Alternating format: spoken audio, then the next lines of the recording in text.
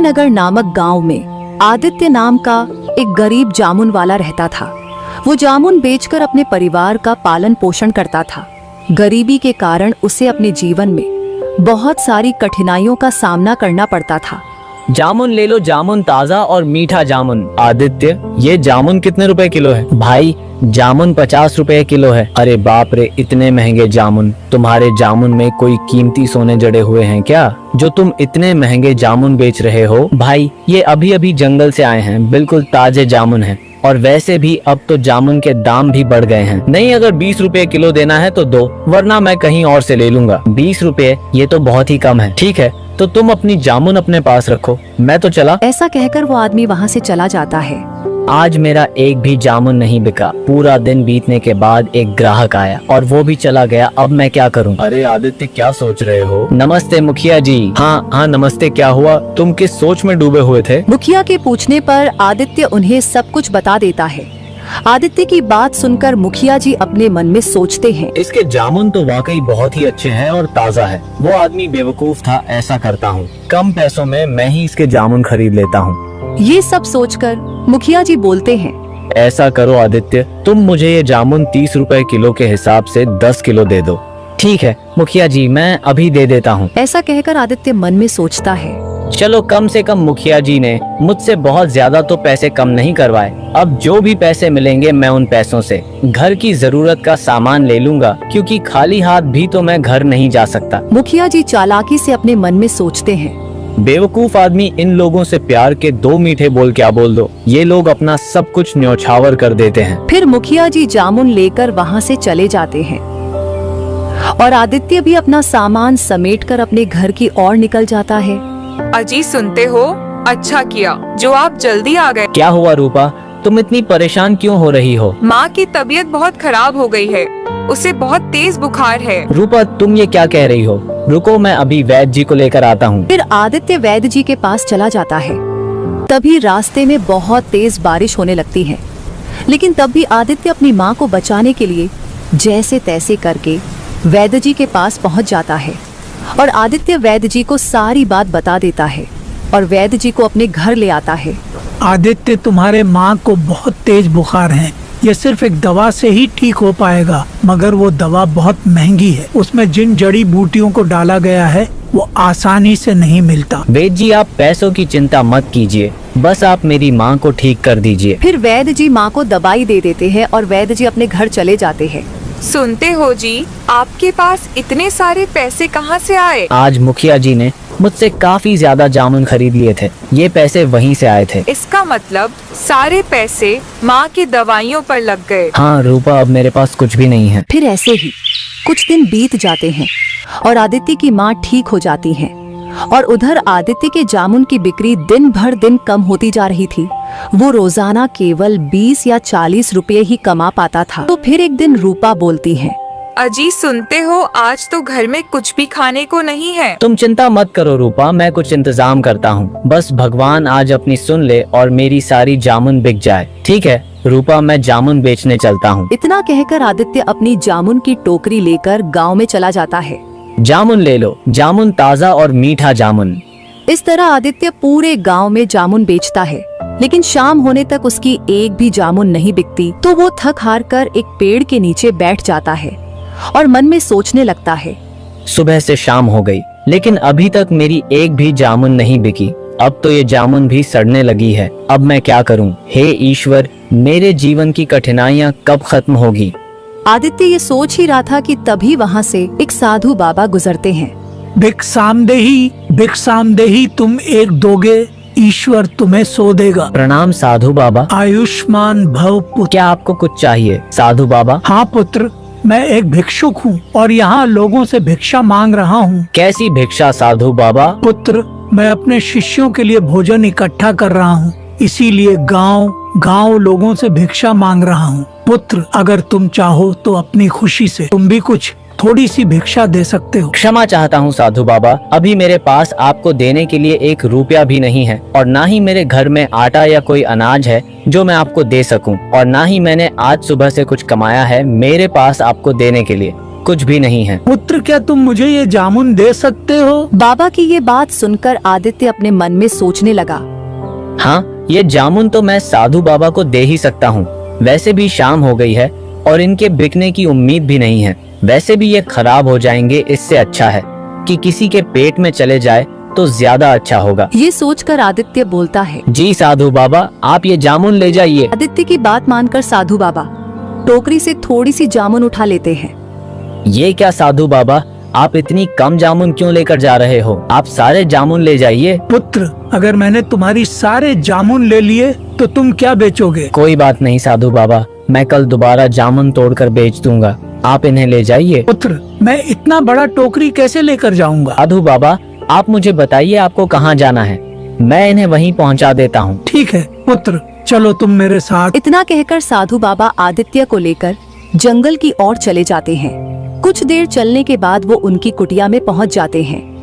धन्यवाद पुत्र, अरे बाबा, धन्यवाद की कोई बात नहीं है, ये तो मेरा फर्ज था। मेरा आशीर्वाद तुम्हारे साथ है, तुम सदैव खुश रहो। साधु बाबा, अगर आप बुरा न माने तो मैं आपसे एक बात पूछ सकता हूँ? पूछो पुत्र, क्या पूछना है तुम्हें? साधु बाबा, आपने जामुन तो ले लिए, लेकिन क्या आप लोगों को केवल खाने में जामुन ही खिलाएंगे? नहीं पुत्र, दरअसल मैंने सब्जी और अनाज तो पहले से ही जमा किया हुआ था और फिर मैं जामुन की ही तलाश में निकला था। साधु बाबा, ये तो बहुत ही अच्छा है, मेरे जामुन आपके काम आ जाएंगे।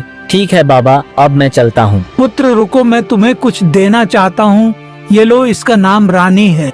आज से ये चिड़िया तुम्हारा हुआ। चिड़िया पर मैं इसे कैसे ले सकता हूँ? ये तो आपका है। जब तुमने बिना किसी फायदे के मुझे अपनी पूरी जामुन की टोकरी दे दी तो मैं क्या तुम्हें एक चिड़िया भी नहीं दे सकता? साधु बाबा, मैं इस चिड़िया का क्या करूँगा? ये कोई आम चिड़िया नहीं है पुत्र, ये एक जादुई चिड़िया है। ये तुम्हारे भाग्य की चाबी है। जब तक ये तुम्हारे साथ रहेगी तब तक तुम्हारा भाग्य चमकता रहेगा, लेकिन ध्यान रहे इसकी सच्चाई किसी को पता नहीं चलनी चाहिए। फिर आदित्य रानी चिड़िया को लेकर अपने घर की तरफ निकल पड़ता है तो रास्ते में रानी चिड़िया बोलती है।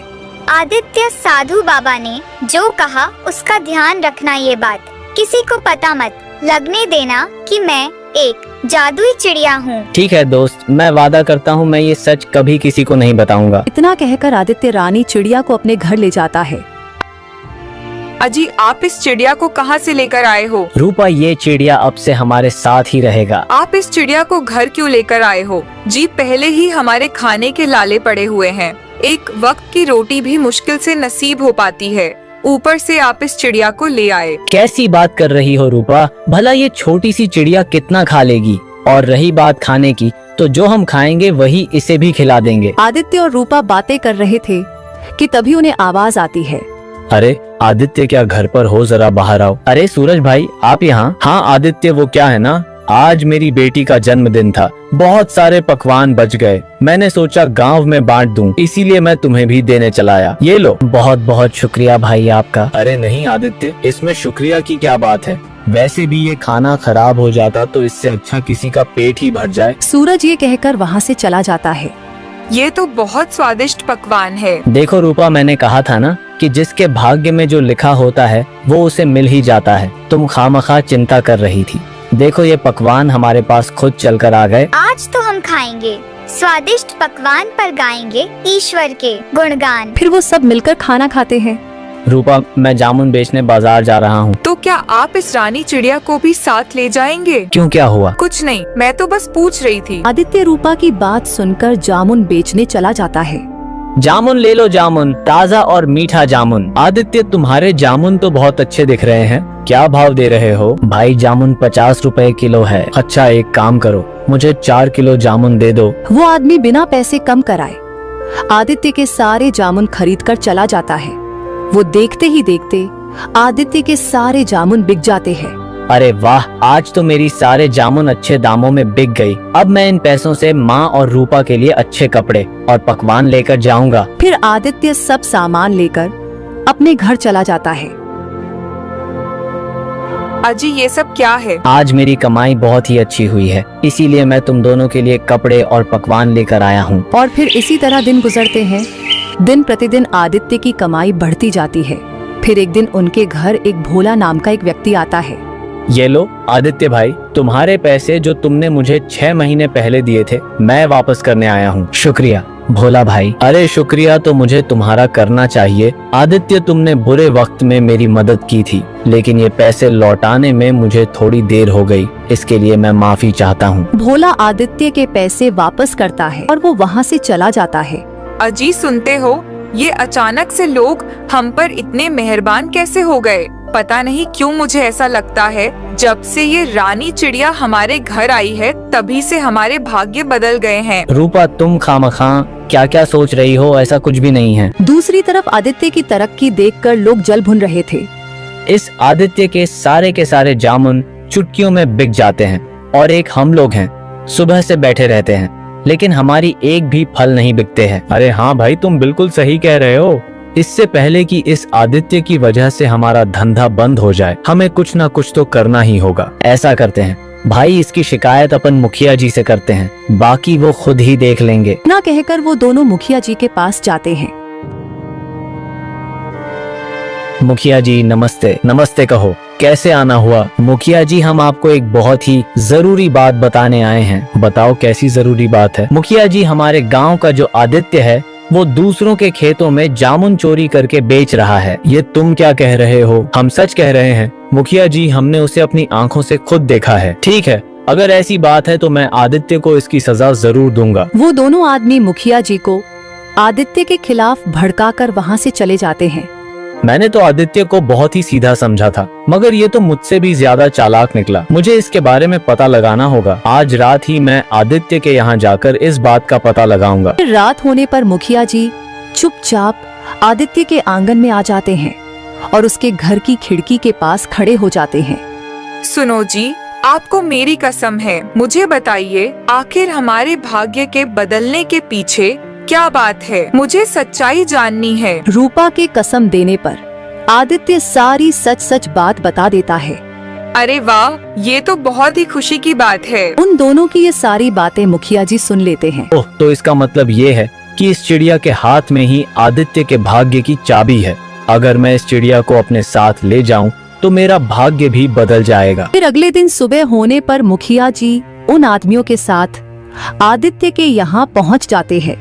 आदित्य, तुम इतने बड़े चोर निकलोगे मैंने कभी सोचा नहीं था। चोरी? कैसी चोरी मुखिया जी? ज्यादा बनने की जरूरत नहीं है, मैं तुम्हारी सारी सच्चाई जान चुका हूँ। कैसी सच्चाई मुखिया जी? आदित्य, एक तो तुम दूसरों के खेतों से जामुन चोरी करके बेचते हो और पूछते हो कैसी चोरी। तुम्हारी सजा ये है कि अब तुम्हें मुझे 15,000 रुपए का भुगतान करना पड़ेगा। मुखिया जी, मेरे पास इतने पैसे तो नहीं हैं और मैं सच बोल रहा हूँ, मैंने किसी के यहाँ कोई चोरी नहीं की। अगर तुम्हारे पास 15,000 रुपए नहीं है तो मैं ये तुम्हारा चिड़िया अपने साथ ले जाऊंगा। नहीं नहीं, मैं तुम्हारे साथ नहीं जाऊंगी। मुखिया जी, ये मेरा चिड़िया है, आप मेरे चिड़िया को ऐसे लेकर नहीं जा सकते। आदित्य को बेबस देखकर वही फल वाला आदमी बोलता है, मारो इसे, ये हमारे खेतों में चोरी करता है और हमारी मेहनत के पैसों पर ऐश कर रहा है। हाँ हाँ, मारो मारो इसे, ये हमारे खेतों में चोरी करता है और हमारी मेहनत के पैसों पर ऐश कर रहा है। हाँ हाँ, मारो इसे, ये चोर है। छोड़ दो मेरे पति को, ये निर्दोष है, इन्होंने कुछ नहीं किया है। सभी की ऐसी बातें सुनकर मुखिया जी आदित्य को छोड़ देते हैं और अपने मन में सोचते हैं, बेवकूफ इंसान, अब मैं इसके चिड़िया से अपने भाग्य को बदलूंगा। फिर ऐसे ही कुछ दिन बीत जाते हैं। रानी चिड़िया के चले जाने से आदित्य की हालत पहले से भी बदतर हो जाती है। सुनिए जी, हमारे पास तो अब खाने के लिए कुछ भी नहीं है। अब तो हमारी पहले की तरह जामुन बिकना भी बंद हो गई है। ईश्वर पर भरोसा रखो रूपा, वो कोई ना कोई रास्ता जरूर निकालेंगे। और उधर सुनो चिड़िया, अब से तुम मेरे साथ ही रहोगे और मैं ही तुम्हारा मालिक हूँ, समझे? नहीं, मेरा मालिक आदित्य है और वो मेरी दोस्त है। मुखिया जी चिड़िया से बातें कर ही रहे थे कि तभी उनके पास व्यापारी आता है। अरे रमेश भाई। हाँ मुखिया जी, मैं यहाँ एक काम से आया हूँ। कहिए क्या काम है? असल में मैं इस गांव को छोड़कर जा रहा हूँ और यहाँ मेरी बहुत सी जमीनें हैं जिन्हें मुझे बेचना है। तो मैं इसमें आपकी क्या मदद कर सकता हूँ? यही कि अगर आप मेरी सारी जमीनें खरीद ले तो बहुत अच्छा होगा, क्योंकि आपके सिवा इस गांव में मेरी इतनी सारी जमीनें कोई नहीं खरीद सकता। फिर मुखिया जी उस व्यापारी की जमीनों को कम कीमत पर खरीद लेते हैं और कुछ दिनों में उन जमीनों को 2 गुनी कीमत में बेच देते हैं। अरे वाह, ये चिड़िया तो वाकई किस्मत की चाबी है। मुझे इसे सबसे छुपा कर रखना होगा, वरना इसे कोई भी लेकर जा सकता है। फिर ऐसे ही कुछ दिन बीत जाते हैं तो एक दिन मुखिया जी सिर्फ पिंजरे का गेट खुला ही रह जाता है और चिड़िया मौका पाते ही वहां से उड़ जाते हैं। जब थोड़ी देर बाद वह मुखिया जी आते हैं तो पिंजरे को खाली देखकर वो हैरान हो जाते हैं। अरे ये क्या, वो चिड़िया कहाँ चला गया? अभी सरपंच जी उस चिड़िया को ढूंढ ही रहे थे कि तभी वही व्यापारी वहां आता है। मुखिया जी, आपने चालाकी से मेरी सारी जमीनों को कम कीमत पर हड़प लिया। मैं आपको नहीं छोड़ूंगा। मैं आपकी सारी सच्चाई गांव वालों को बताऊंगा। नहीं, ऐसा मत करो, मैं बर्बाद हो जाऊंगा। मैं तुम्हें तुम्हारे सारे पैसे देने के लिए तैयार हूँ। इतना कहकर मुखिया जी उस व्यापारी के पूरे पैसे उसे दे देते हैं। पैसे लेकर व्यापारी वहां से चला जाता है। मैंने आदित्य का चिड़िया छीनकर उसके साथ बहुत बुरा किया। शायद मुझे आज उसी पाप की सजा मिली है। और दूसरी तरफ अजी, आप कहाँ जा रहे हो? मैं जंगल की तरफ जा रहा हूँ। रूपा, बस थोड़ी देर में आता हूँ। इतना कहकर आदित्य जंगल की ओर निकल जाता है। प्रणाम साधु बाबा। आयुष्मान बाहु पुत्र। साधु बाबा, मैं यहाँ आपको कुछ बताने आया हूँ। मैं जानता हूँ पुत्र, तुम्हारे साथ क्या हुआ है। मगर कैसे बाबा? मैंने बताई है। रानी, तुम्हें तो मुखिया ले गए थे ना? हाँ दोस्त, मगर मैं उसके खेत से भाग आया। रानी चिड़िया आदित्य को सारी बात बता देता है। आदित्य, मैंने तुम्हें इसीलिए मना किया था कि जादुई चिड़िया के बारे में तुम किसी को पता मत चलने देना, वरना सभी इस चिड़िया के पीछे पड़ जाएंगे। क्षमा कीजिए साधु बाबा, मुझसे गलती हो गई।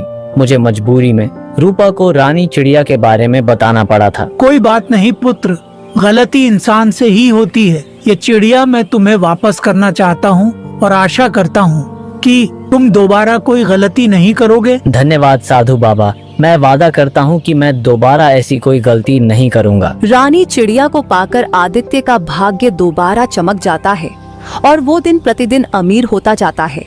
रतनपुर गांव में एक रमेश नाम का जमींदार रहता था, जिसके पास धन दौलत की कोई कमी नहीं थी, लेकिन वो घमंड में हमेशा चूर रहता था, जिस वजह से पूरे गांव वाले उससे परेशान रहते थे। फिर एक दिन जमींदार की पत्नी मालती बोलती है, अजी सुनते हो, आपसे मिलने भोला आया है। वो कब से आपका इंतजार कर रहा है, आप जाकर उससे मिल लीजिए। अरे तुम भी ना देख रही हो, मैं पूजा करके आया हूँ। तुम मेरी पूजा को भंग करने में लगी हुई हो। उसको बोल दो, थोड़ी देर वो मेरा इंतजार करेगा। मैं नाश्ता करने के बाद आता हूँ। भोला बहुत रो रहा है, बोल रहा है कि उसकी माँ की बहुत जोरों से तबीयत खराब है, उसको डॉक्टर के पास लेकर जाना है, इसलिए वो आपसे कुछ पैसे उधार लेने के लिए यहाँ पर आया है। और आपकी पूजा भी तो खत्म हो गई है, तो आप जाकर एक बार मिल लीजिए, फिर बाद में नाश्ता कर लेना। तुम मुझे गुस्सा दिला रही हो। तुम देख रही हो ना, मैं भी नहा धोकर पूजा करके उठा हूँ और तुम मुझे फिर से उस दलित आदमी से मिलने को कह रही हो। वो छोटी जाति के लोग हैं, वो पता नहीं कहाँ से आया होगा। तुम उसे यहाँ से भगा दो। आप भले ही पूजा पाठ कितना भी कर ले, लेकिन आपको पुण्य बिल्कुल भी नहीं मिलेगा, क्योंकि आप कभी भी किसी का भला नहीं करते हो। एक तो बेचारा इतना परेशान है और उसकी माँ की तबीयत ठीक नहीं है, उसको डॉक्टर के पास लेके जाना है, और आप है कि उसे छुआछूत कहकर भगा रहे हो। तो क्या पूरे गांव के भिखारी का मैंने ही ठेका ले रखा है? क्या सभी मुंह उठाकर यहाँ चले आते हैं पैसे मांगने के लिए? मालती और जमींदार दोनों आपस में बहस कर ही रहे होते हैं कि भोला उनके घर में आ जाता है। ये देखकर जमींदार को बहुत गुस्सा आ जाता है और वो गुस्से से भोला को कहता है, तुम्हारी हिम्मत कैसे हुई मेरे घर में घुसने की? चलो बाहर निकलो, जल्दी गेट से बाहर निकलो। मालिक, मेरी माँ की तबीयत बहुत खराब है, मुझे माँ को डॉक्टर के पास लेके जाना है। मैं अपनी जमीन के कागज लेकर आया हूँ, आप इनको गिरवी रखकर मुझे कुछ पैसे दे दीजिए, जिससे मैं अपनी माँ को डॉक्टर के पास लेके जा सकूँ। क्या कहा तुमने? तुम्हारे पास जो जमीन थी, वो जमीन तुम पिछली बार ही आकर गिरवी रखवा कर गए थे। इस बार कौन सी जमीन के कागज लेकर आए हो? हाँ मालिक, आप बिल्कुल सही कह रहे हो, लेकिन मालिक मैं इस बार मेरे घर के कागज लेकर आया हूँ। अच्छा, तो तुम अपने घर के कागज गिरवी रखवाना चाहते हो? ठीक है, मैं तुम्हें इस पर सिर्फ 5,000 रुपये ही दे सकता हूँ, वो भी मुझे 15 दिन के अंदर वापस चाहिए, वो भी ब्याज समेत। अगर तुमने ये पैसे 15 दिन के अंदर नहीं लौटाए तो मैं तुम्हारे घर पर कब्जा कर लूंगा। अगर तुम्हें ये मेरी शर्त मंजूर है तो मैं तुम्हें पैसे देने के लिए तैयार हूँ। मालिक, मैं 15 दिन में इतने सारे पैसे आपको कैसे दे सकता हूँ? मेरे पास तो कोई आमदनी भी नहीं है जो मैं आपको 15 दिन में ही पैसे वापस दे सकूं। आप दया कीजिए इस गरीब पर मालिक। मैंने यहाँ कोई धर्मशाला नहीं खोल रखी जो सभी की मदद करता रहूं। अगर तुम्हें मेरी शर्त मंजूर है तो मैं तुम्हें अभी पैसे दे देता हूँ, नहीं तो तुम यहाँ से जा सकते हो। नहीं मालिक, अगर मैं पैसे लेकर नहीं गया तो मेरी माँ मर जाएगी। दया करके आप ये कागज ले लीजिए और मुझे पैसे दे दीजिए। फिर जमींदार भोला के घर के कागज ले लेता है और उसको पैसे दे देता है। फिर भोला पैसे लेकर अपने घर आ जाता है। घर जाकर भोला अपनी माँ से कहता है, सुनती हो माँ, मैं पैसे लेकर आ गया हूँ। अब तुम जल्दी से तैयार हो जाओ, हम दोनों डॉक्टर के पास चलते हैं। अरे बेटा, तुम इतने सारे पैसे कहाँ से लेकर आए हो? हमारे पास तो एक फूटी कौड़ी भी नहीं थी। अरे माँ, ये पैसे मैं जमींदार साहब से लेकर आया हूँ। जमींदार साहब को अपने घर के कागज गिरवी रखकर। हे भगवान, ये तुमने क्या कर दिया? सारी जमीन तो पहले ही गिरवी रखकर उस जमींदार के नाम कर दिया। अब हमारे पास तो सिर्फ ये घर ही बचा था और तुमने इसे भी गिरवी रख दिया। तो मैं क्या करता माँ, तुम्हें यूं ही मरने देता। माना मेरे पास पैसे नहीं है, पर मैं अपनी माँ को पैसों के लिए मरता हुआ नहीं देख सकता। अगर तुम ठीक हो जाओगी तो पैसे हम दोबारा कमा लेंगे। वो दोनों माँ बेटे ऐसे बातें कर ही रहे होते कि तभी उनके दरवाजे पर एक साधु बाबा आ जाते हैं। कोई घर में है? साधु बाबा की आवाज सुनकर सुमित्रा घर के बाहर जाती है। कहिए साधु बाबा, मैं आपकी क्या सहायता कर सकती हूँ? माँ जी, कुछ खाने को है तो मुझे दे दो, बड़ी जोर से भूख लग रही है।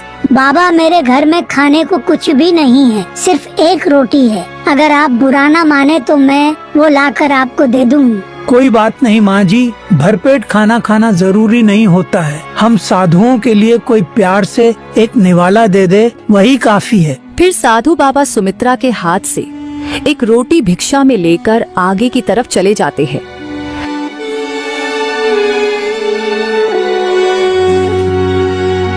फिर वो चलते चलते जमींदार के दरवाजे पर पहुंच जाते हैं और आवाज देते हैं, भिक्षा मदेही, भिक्षा मदेही। ये आवाज सुनकर जमींदार की पत्नी मालती गेट पर आती है। प्रणाम साधु बाबा, आइए आइए, अंदर आइए और बैठिए। मैं आपके लिए खाने का इंतजाम करती हूँ। फिर साधु बाबा जमींदार के घर में जाकर बैठ जाता है और उन भोजन का इंतजार करता है। तभी जमींदार वहाँ आ जाता है। साधु बाबा को अपने घर में देखकर उसे बहुत गुस्सा आ जाता है और वो अपनी पत्नी के पास जाता है। मालती, मैंने तुम्हें कितनी बार कहा है कि किसी भी भिखारी को घर के अंदर नहीं लाना है, और तुम आज फिर से इस बूढ़े को घर के अंदर ले आई और बिठा दी। मैंने तुम्हें कितनी बार कहा है कि हर किसी को घर के अंदर नहीं लाना है, और ना ही मुझसे बिना पूछे किसी को कुछ देना है, और ना ही किसी को कुछ खिलाना है। जी, आप ये क्या बोल रहे हो? थोड़ा धीरे बोलिए, साधु बाबा है। अगर वो ये बात सुन लेंगे तो आपको श्राप दे देंगे। अरे ये क्या श्राप दे देंगे? मैं बहुत अच्छी तरीके से जानता हूँ इन ढोंगी बाबा को, जो भेष बदल कर मांग मांग कर खाते हैं, और तुमने बिना सोचे समझे उसको घर में बिठा लिया, पूरा घर भी गंदा करवा दिया। मैं अभी उस ढोंगी बाबा को भगा कर आता हूँ। लेकिन साधु बाबा जमींदार और मालती दोनों की बातें सुन लेते हैं और वो बाहर आकर गुस्से से जमींदार से कहते हैं, मैंने आज तक तुम जैसा घमंडी सेठ नहीं देखा जो घर आए हुए संत का इतना अपमान करे। मैं तुम्हें श्राप देता हूँ कि तुम एक लोमड़ी बन जाओ। साधु बाबा की श्राप देते ही जमींदार उसी वक्त एक लोमड़ी बन जाता है। ये देखकर उसकी पत्नी मालती बहुत परेशान हो जाती है। साधु बाबा, इनको क्षमा कर दीजिए। आप अपना श्राप वापस ले लीजिए। मेरा इस दुनिया में इनके सिवा और कोई भी नहीं है। इनसे जाने अनजाने में गलती हो गई। इन्हें आपके बारे में नहीं पता था। आप इन्हें माफ कर दीजिए। मुझे क्षमा कर दीजिए। मैं अब कभी भी साधु या गरीब व्यक्ति का अपमान नहीं करूँगा। मुझे आप पहले जैसा कर दीजिए। मैं अपना श्राप वापस नहीं ले सकता, लेकिन मैं इसका तुम्हें तोड़ जरूर बता सकता हूँ। जब तुम किसी नेक इंसान के घर में खाना खाओगे तो तुम थोड़ा ठीक हो जाओगे। दूसरा, जब तुम किसी गरीब इंसान की या जरूरतमंद की मदद करोगे तो तुम आधा ठीक हो जाओगे। और तीसरा, जब तुम किसी भले साधु या पंडित का जूठन खाओगे तो तुम पूरी तरह से ठीक हो जाओगे। ऐसा कहकर साधु बाबा वहाँ से चले जाते हैं और वो लोमड़ी भी गांव के बड़े से पेड़ के नीचे बैठ जाता है। वो किसी के आने का इंतजार करता है। तभी थोड़ी देर बाद वहाँ से घनश्याम सेठ गुजरता है और वो लोमड़ी को देखकर कहता है, अरे यार ये कितना गंदा है, मेरे कपड़े गंदे हो जाएंगे, इसे भगाओ यहाँ से जल्दी से। जंगली जानवर कहीं का पता नहीं कहाँ से चले आते हैं, चल भाग जा यहाँ से। फिर घनश्याम सेठ का आदमी जैसे ही लोमड़ी को मारने के लिए आगे बढ़ता है तो वो लोमड़ी वहाँ से भाग जाता है।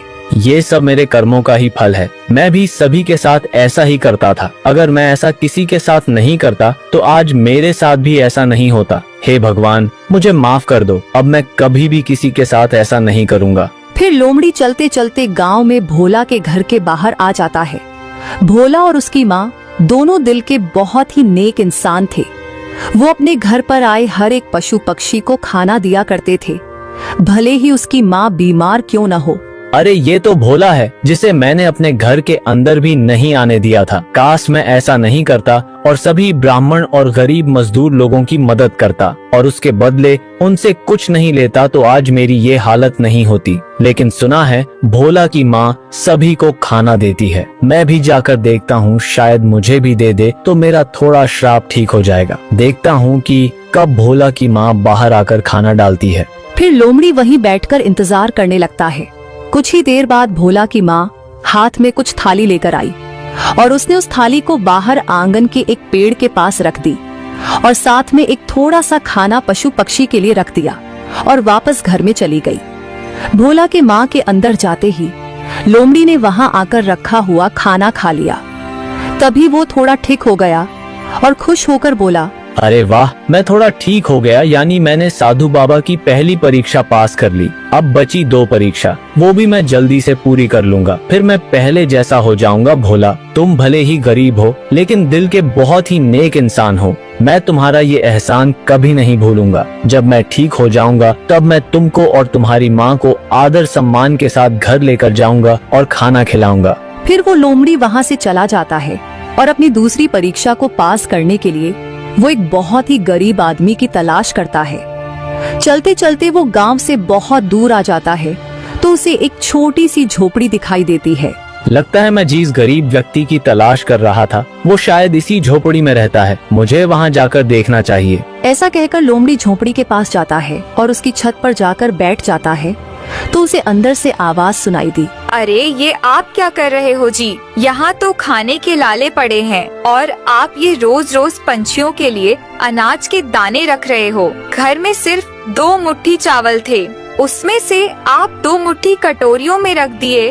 अब हम क्या खाएंगे? मुझे पता है कि घर में अनाज नहीं बचा है, लेकिन जब खुद का पेट भरा हुआ हो तब भूखे को खाना खिलाने में क्या मजा है। असली इंसानियत तो वो है जब हम खुद आधे पेट रहे और किसी भूखे का पेट भरने में मदद करें। लेकिन हम ही क्यों जी, दुनिया में करोड़ों लोग हैं, वो भी पक्षियों और जानवरों के बारे में सोच सकते हैं। एक हमने ही ठेका नहीं ले रखा है।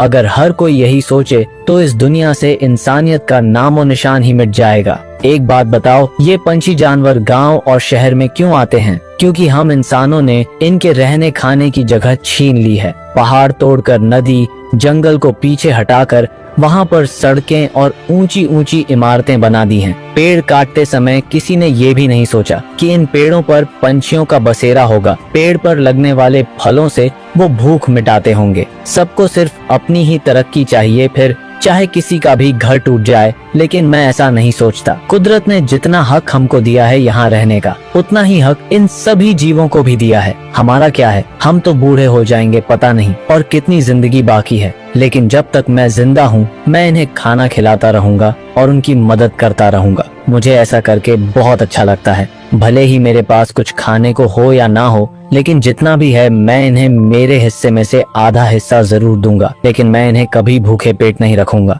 अच्छा, आपकी जो मर्जी है वो करिए, लेकिन आप भूखे पेट कैसे रहेंगे? क्योंकि आपको दवाई भी तो खानी है। अगर आप दवाई नहीं खाएंगे तो फिर से आपकी तबीयत खराब हो जाएगी और घर में इसके अलावा कुछ भी नहीं है। ये बात सुनकर लोमड़ी खुद से बोलता है, ये कितना नेक इंसान है, खुद की तबीयत खराब होने पर भी पशु पक्षी को खाना खिला रहा है। इससे बढ़कर नेक इंसान कोई हो ही नहीं सकता। मुझे इनकी मदद करनी होगी, मुझे इनके लिए खाने के लिए कुछ इंतजाम करना होगा। फिर लोमड़ी वहाँ से जंगल की तरफ चला जाता है।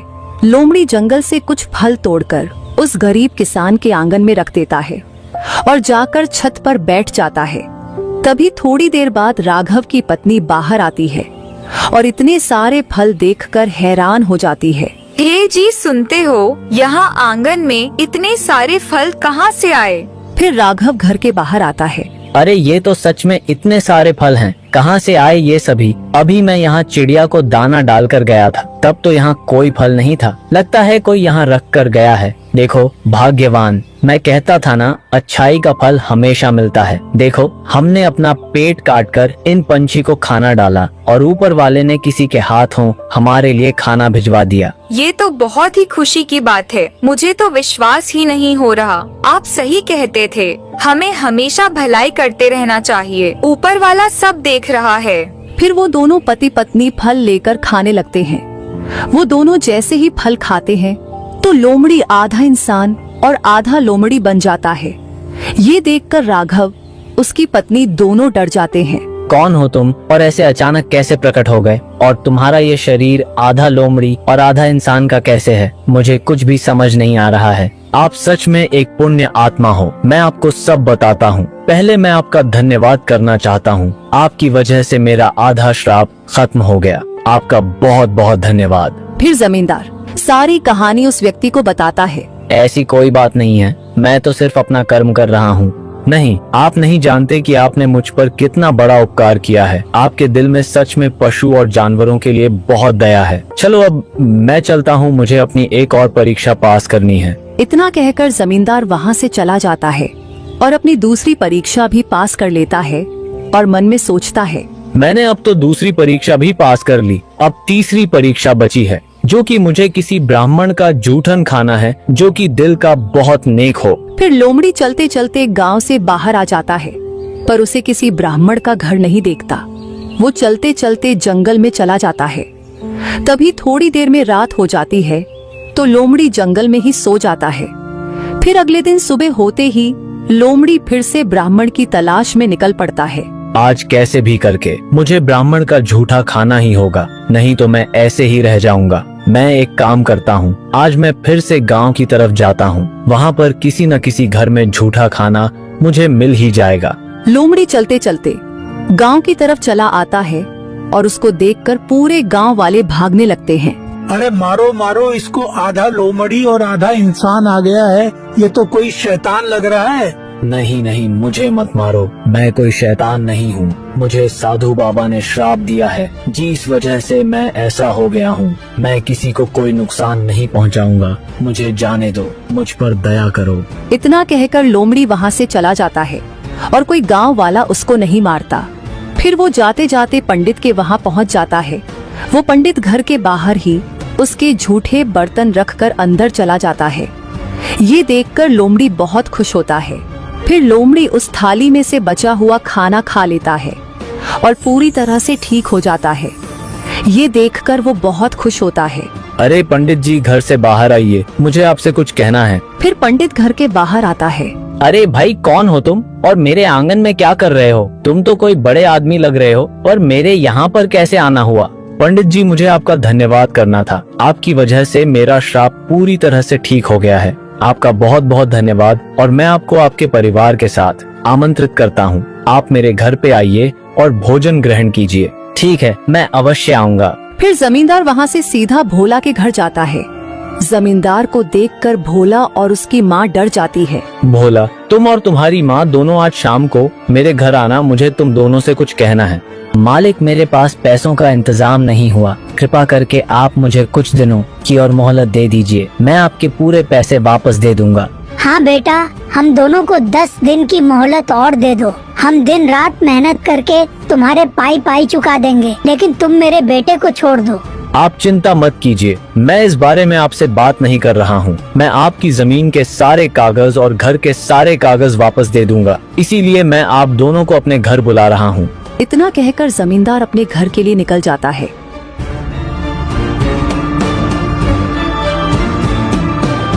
जमींदार को सही देखकर उसकी पत्नी मालती बहुत खुश हो जाती है।